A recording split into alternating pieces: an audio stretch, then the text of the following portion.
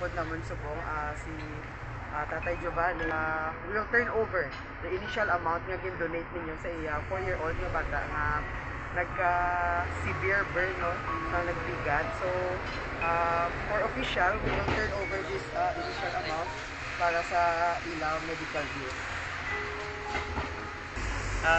Nagpasalamat din kami sa tanan niya na inulit sa kay si Joanna Isabel. Kag regards sa update, waiting pa siya for recovery para sa second operation niya.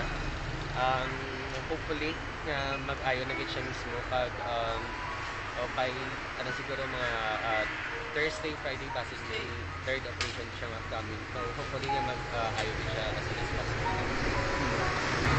Pasalamat din kami sa mga nag-donate para sa financial assistance sa 3 years man yung ginhatag niya para kay Isa. Kaya madamo din salamat.